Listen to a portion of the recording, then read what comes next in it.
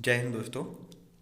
आज अपन मध्य प्रदेश ग्राम पंचायत से भर्ती 2023 में शासन ने इसकी भर्ती प्रक्रिया के संबंध में कुछ संशोधन किए हैं।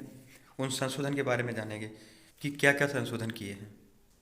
सबसे पहले जानते हैं अपन पंचायत सचिव कौन है, मतलब इसके काम क्या हैं। तो आप लोग सब जानते हैं कि एक पंचायत होती है, पंचायत में एक सरपंच होता है और एक सरकार की तरफ से एक गवर्नमेंट कर्मचारी होता है जिसे अपन सेक्रेटरी कहते हैं। वो इस सेक्रेटरी को ही अपन ग्राम पंचायत सचिव के नाम से भी जानते हैं। तो ये मतलब सरपंच के साथ मिलकर काम करता है। तो इसके संबंध में कुछ संशोधन किए हैं, उन संशोधन के बारे में जानेंगे। सबसे पहले जो सेक्रेटरी की भर्ती होती थी, मतलब ग्राम पंचायत सचिव की भर्ती होती थी, उसमें पहले भी 10वीं और 12वीं में जिनकी ज़्यादा परसेंट होती थी उस परसेंट बेस पर लिए जाते थे। वो भर्ती प्रक्रिया ऑफलाइन होती थी। लेकिन वो ही सिस्टम अभी भी है कि 10वीं और 12वीं की जिसकी परसेंट ज़्यादा होगी उसके आधार पे ही मेरिट लिस्ट बनेगी और उसके आधार पे ही इसकी इस बार भी भर्ती होगी। तो उससे संबंधित मदद क्या क्या संशोधन किए हैं अपन जानते हैं। देखो, यह लेटर सरकार ने 22 अगस्त 2023 22 अगस्त 2023 को जारी किया था। इसमें क्या क्या संशोधन हुए थे। संशोधन का प्रारूप नियम 5 के उपनियम 1 में खंड ग में उपखंड 4 के स्थान पर निम्नलिखित उपखंड स्थापित किए गए हैं।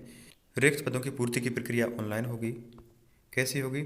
ऑनलाइन होगी। पहले जो ऑफलाइन होती थी अब इनने ऑनलाइन कर दिया है। और जो विभाग के पंचायत पोर्टल के माध्यम से ऑनलाइन संचालित किए थे। विभाग में जो पंचायत पोर्टल है उस पर उसकी सारी जानकारी आ जाएगी, उस पर फॉर्म आ जाएंगे, फार्म कैसे भरे जाना है, क्या करना है, सब विभाग के पंचायत पोर्टल पर ऑनलाइन संचालित की जाएगी। और ये जिलेवार होगी, मतलब हर जिले में, जैसे पहले अलग अलग जिलों में होती थी, इस बार भी वो मतलब इस वाले नियम में कोई संशोधन नहीं किया है।